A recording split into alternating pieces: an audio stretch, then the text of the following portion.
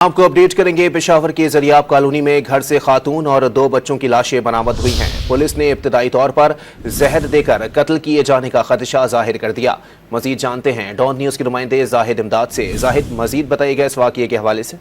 जी बिल्कुल, ये फकीराबाद जरियाब कॉलोनी का इलाका है जहाँ पर घर में 3 जो लाशें हैं वो बरामद हुई है। इसी हवाले से एक लाशों में एक खातून जबकि इसके साथ एक बच्ची और एक बच्चे की लाश जो है वो मिली है। इब्तदाई तौर पर पुलिस जाए वकूआ पर मौजूद है और तमाम जो अहम शवाहिद है इस वक्त जाए वकूआ से वो इकट्ठे कर लिए गए हैं। ताहम इस हवाले से जो वजह है उस हवाले से पुलिस अब इब्तदाई रिपोर्ट जो है वो आना बाकी है। मजबूरी तौर पर 3 जो लाशें हैं जरियाब कॉलोनी की ये इलाका है जहाँ से घर से मिली है, जिनमें एक खातून, बच्चा और एक बच्ची जो है वो शामिल है।